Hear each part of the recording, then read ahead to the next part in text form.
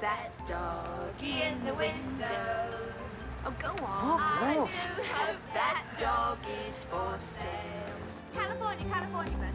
I must take a trip to California and leave my poor sweetheart.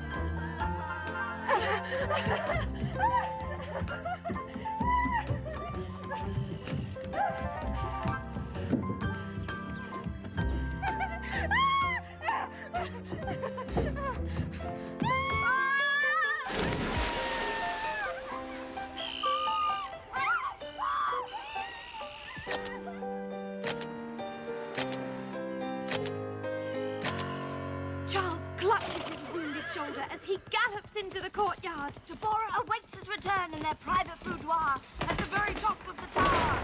He smells her scent from 50 paces and urges his steed onward. He flings open the door and launches himself at the bed, ravishing her. Oh, God, yes! I bet she gets up the duff on their first night together. What's up the duff? Something you wouldn't understand. Tell me! I'm almost 10. You're 8 and a half and incredibly stupid. Mummy, Paul and I have decided that Charles and Deborah are going to have a baby, an heir to the throne of Barovnia. What a splendid idea. We're calling him Diello. Well, that's a good dramatic name. Paul thought it up. Aren't you clever? There. All done.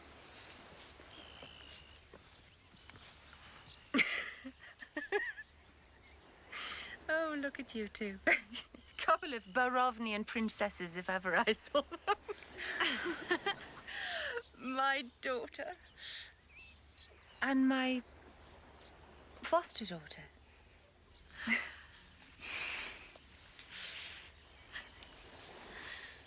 Hilda, can't find that letter from the High Commission. They want our passport numbers. Are you going abroad, Daddy? Your father's attending a university conference in England, darling. We'll only be gone for a few weeks. You're not going, are you, Mummy? Well, yes, I thought I might. It's a long time for your father and I to be apart. But I should go too. Darling, you've got the school. You've only just settled in. Who's coming to the shops? Me, I'm coming. Need some cigarettes. Put on your shoes, Jonathan!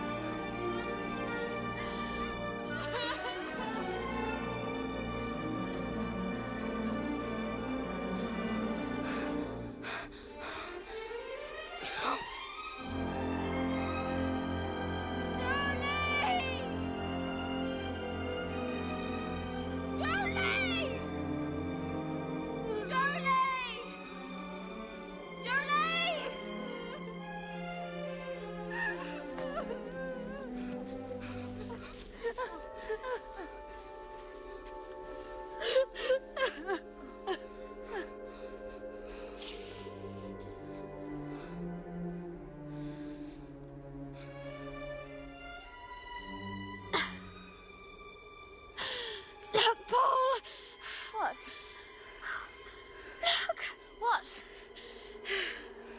Oh, it's so beautiful. What? Oh, it's so pretty flowers. Oh. Oh.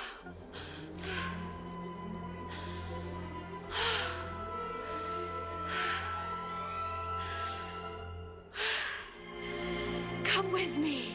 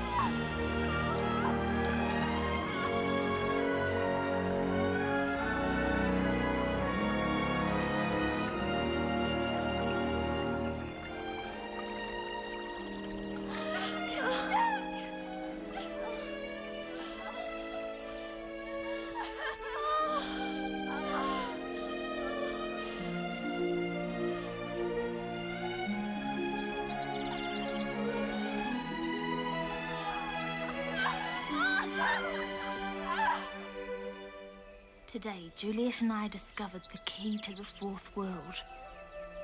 We have had it in our possession for about 6 months. But we only realized it on the day of the death of Christ. We saw a gateway through the clouds. Everything was full of peace and bliss. We then realized we had the key. We now know we're not genii, as we thought. We have an extra part of our brain which can appreciate the fourth world. Only about 10 people have it. When we die, we will go to the fourth world. But meanwhile, on 2 days every year, we may use the key and look into that beautiful world which we have been lucky enough to be allowed to know of on this day of finding the key to the way through the clouds.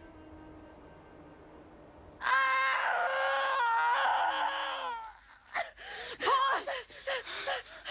It's coming!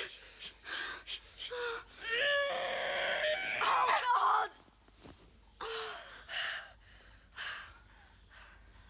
It's a boy.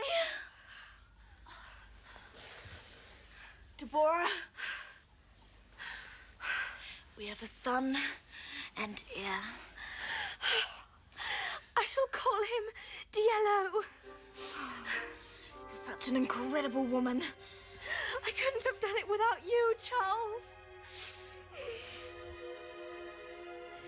The Empress Deborah has the most enormous difficulty fending off her husband, who tries to have his way with her morning, noon, and night. Thank you, Juliet. However, the Queen's biggest problem is her renegade child Diello, who has proven to be an uncontrollable little blighter who slaughters his nannies whenever the fancy takes him. That's enough, Juliet. I suppose this is your idea of a joke. No, Mrs. Stevens. I suppose you think it witty and clever to mock the royal family, to poke fun at the Queen and the Empire with this rubbish. It's not rubbish. Sit down, Pauline. I really don't understand why you are so upset, Mrs. Stevens. I merely wrote an essay on the royal family as requested. It doesn't say it has to be the Windsors. Sit down! A girl like you should be setting an example. To your seat.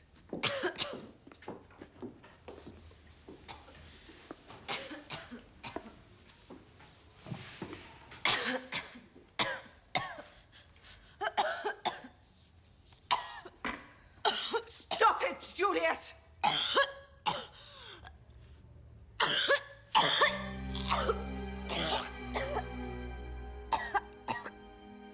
Mrs. Hume told me they had found out today that Juliet has tuberculosis on one lung.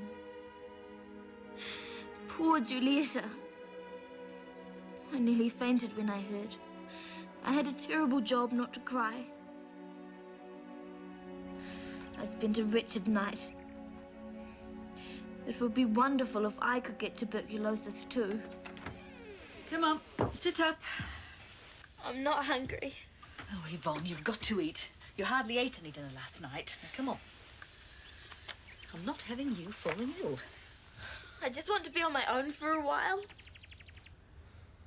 Well, you may have forgotten that you were once a very sick little girl. But I haven't. Right. Do you think Juliet could stay here while her parents are away? Juliet's infectious. She'll be going to the hospital. But she'll have no one to look after her. Well, her parents won't be going overseas now. They have to cancel their trip.